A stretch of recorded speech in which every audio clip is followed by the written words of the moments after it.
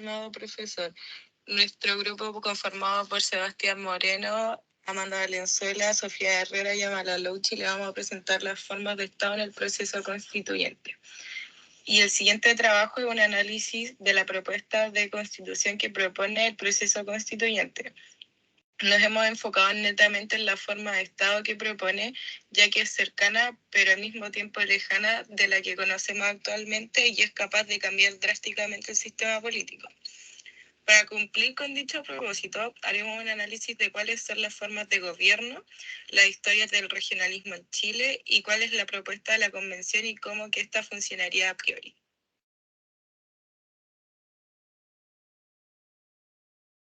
¿Qué es un sistema político? La teoría de sistemas plantea que un sistema consiste fundamentalmente en la interacción entre dos o más unidades distintas y en las consecuencias que tiene dicha interacción. De manera que en un sistema es posible encontrar diferenciación e integración, entendiendo esto como la regularidad de relaciones, dependencia mutua y algún grado de coordinación entre las unidades. En otras palabras, un sistema está compuesto por múltiples actores, los cuales conviven en un mismo espacio y bajo unas mismas reglas. Estos actores interactúan entre ellos y resultan relaciones en donde podemos ver una interdependencia. Cuando hablamos de un sistema político, nos referimos al sistema que hay dentro de un Estado, en donde hay un conjunto de grupos que interactúan en un entorno histórico y cultural determinado. En dicho sistema hay cierto grado de interdependencia recíproca, que se expresa en las prácticas, hábitos y rituales, y las reglas no escritas que organizan la competencia por el poder político entre actores.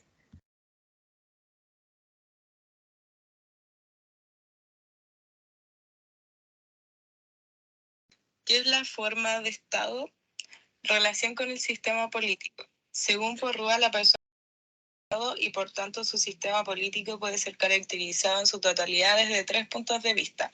Sociológicamente, que nos caracteriza al elemento humano; geográficamente, nos caracteriza al Estado geográficamente; y jurídicamente, que nos caracteriza al Estado a partir de su ordenamiento jurídico, el cual determina cuáles son los principales órganos del Estado, cómo se ejerce la soberanía del Estado y cómo se da la lucha por el poder político. Lógicamente, estos 3 puntos se encuentran conectados ya que son interdependientes. Cada uno determina y se encuentra determinado por los otros. Definición de forma de Estado. Comprendiendo lo anterior, la forma de Estado responde a la caracterización desde un punto de vista geográfico del Estado. ¿Cómo es que éste se divide y organiza territorialmente? La forma de Estado a su vez determina el grado de autonomía territorial. De esta manera, la clasificación de las formas de Estado son: Estado simple. Son aquellos en donde hay solo un Estado que gobierna su territorio, siguiendo una misma constitución y un mismo ordenamiento jurídico en común. Esta clasificación puede dividirse dependiendo de la centralización del poder en Estado unitario con un poder centralizado. Supone la centralización del total del poder político y gran parte o total del administrativo. Por ejemplo, la Constitución chilena de 1980, que las decisiones se deben tomar desde el centro y son recibidas por la periferia o regiones. Estado unitario con un poder descentralizado o Estado regional.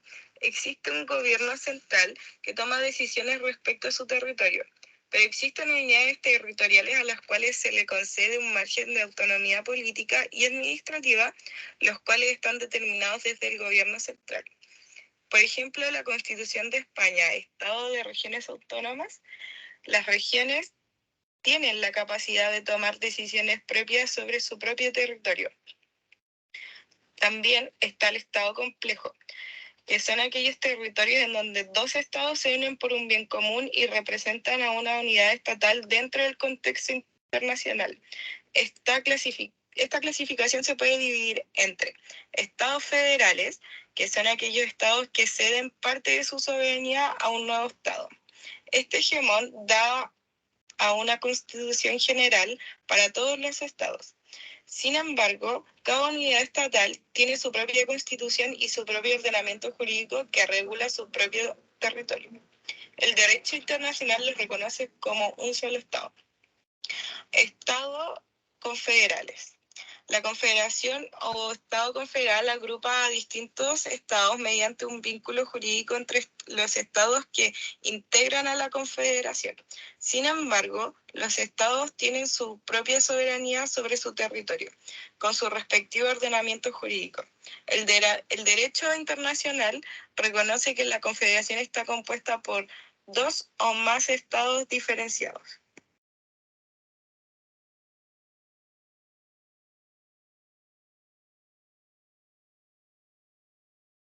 La discusión acerca de la forma de Estado que debe tener Chile ha sido una discusión que se da desde los comienzos de la historia independentista de nuestro país. A continuación, haremos un breve recorrido histórico de cuáles son los hitos que apoyan a lo que acabamos de plantear.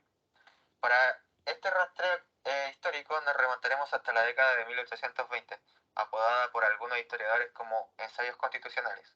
Este periodo nos demuestra que desde un principio hay una discusión si Chile debe ser un Estado unitario o un Estado federal. Esto se ve reflejado en las leyes federales de 1826, en donde se quiere seguir el ejemplo de la forma de Estado de Estados Unidos y se propone, por tanto, dividir de forma federal el territorio, pero bajo el nombre de provincias, las cuales contarán con una asamblea provincial, la cual será una especie de órgano legislativo.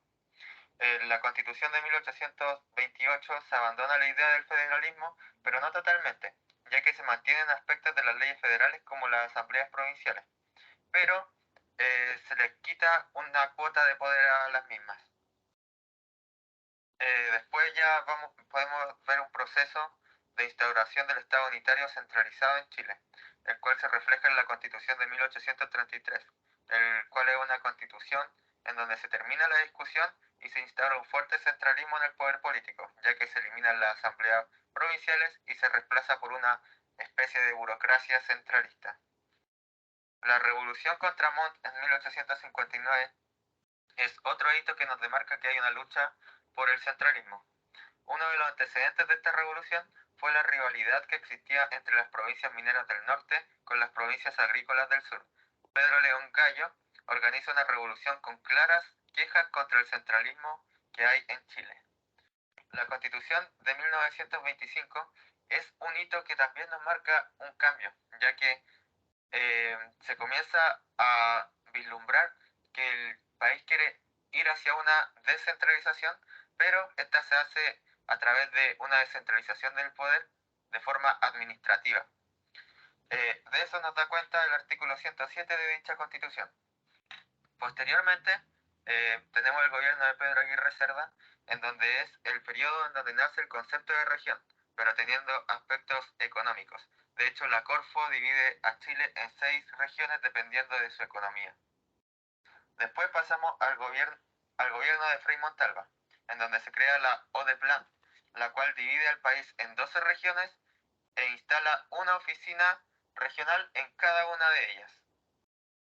Después pasamos al proceso de la dictadura militar. Aquí vemos el trabajo que hace la CONARA, la cual divide el país en 13 regiones, las cuales se encuentran subdivididas en provincias y estas a su vez se encuentran subdivididas en comunas. La Constitución de 1980 instaura a personas de confianza del dictador en las regiones. Estas personas son intendentes y alcaldes. Y de hecho, el artículo 3 de la Constitución de 1980 nos habla acerca de la forma unitaria del país. Después, cuando ya volvemos a la democracia, surgen muchas leyes que van en contra del centralismo político, o que intentan disminuir el centralismo político, mejor dicho. Una de ellas es la ley número 19.097, en donde se crea el gobierno regional y se democratizan las instituciones implementadas por la dictadura. En este caso, los alcaldes, por ejemplo, son figuras que ahora son electas democráticamente.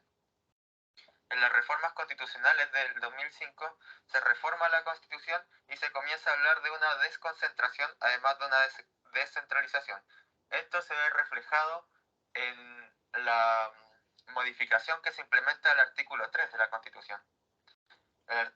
A todo esto, el artículo 3 de la Constitución es el que de la Constitución de 1980 nos va, y sus cambios nos van retratando lo que seguimos diciendo, que hay un proceso que busca descentralizar el poder político que está y que reside en Santiago. Bueno, pasando a eso, hay una reforma constitucional más actual en donde se elimina el cargo de intendente regional y este se divide en dos. Por un lado está el gobernador regional, el cual es elegido democráticamente, y hay un delegado presidencial regional. En definitiva, y al hacer y terminado este rastreo, nos damos cuenta que todos estos hitos demarcan que en Chile se ha ido buscando descentralizar y desconcentrar el poder político, pero la desconcentración y descentralización desde 1925 solamente ha sido solo ha funcionado en el carácter administrativo de las regiones.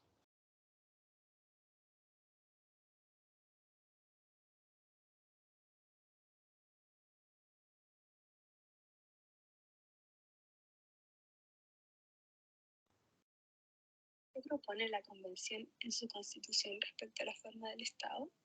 En los primeros dos artículos del capítulo Estado regional se define, en el artículo primero del Estado regional, Chile es un Estado regional, plurinacional e intercultural, conformado por entidades territoriales autónomas en un marco de equidad y solidaridad entre todas ellas, preservando la unidad e integridad del Estado.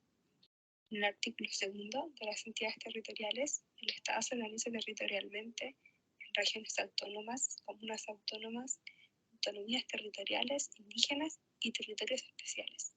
Las regiones autónomas se clasifican en 4.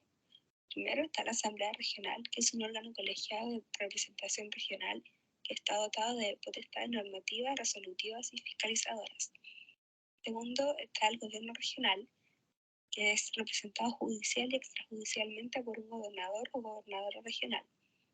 Tercero está el Consejo de Alcaldes, que es un órgano de carácter consultivo integrado por alcaldes y alcaldesas de todas las comunas de la región autónoma. Por último está el Consejo Social Regional, encargado de promover la participación popular en asuntos regionales de carácter participativo y consultivo.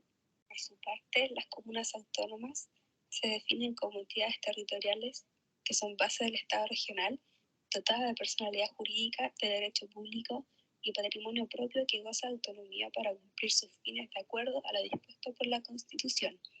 Y estas se dividen en dos, en la unidad vecinal y juntas vecinales, que son representativas de las personas que residen en una misma unidad vecinal, que gozarán de personalidad jurídica y será sin fines de lucro y que buscará la participación popular efectiva, y en la Asamblea Social Comunal, que tiene la finalidad de promover la participación popular y ciudadana en los asuntos públicos de la comuna autónoma de carácter consultivo, incidente y representativo. La propuesta constitucional pretende entonces darle a las regiones mayor autonomía y potestades para gobernarse en atención al interés de cada una, siempre de acuerdo a la Constitución y la ley y teniendo como límite a los derechos humanos de la Constitución. Esto se puede lograr a través de la creación de la Cámara de las Regiones, constituida en el capítulo del Estado plurinacional y libre determinación de los pueblos, que tiene por objetivo representar a las regiones y crear leyes de acuerdo regional que suplan las necesidades de cada región. Estas leyes propuestas por la Cámara de las Regiones deben ser aceptadas o rechazadas por la Cámara de Diputados.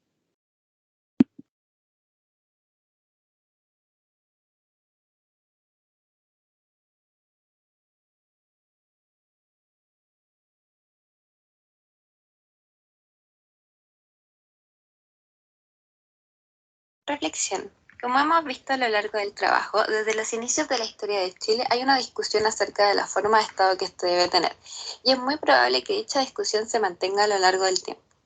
La forma de Estado que propone la Convención Constituyente es una derivación de la de Estado unitario, pero se considera como descentralizada política, administrativa y financieramente, contrastando con la que tenemos actualmente, en donde la descentralización es solo administrativa.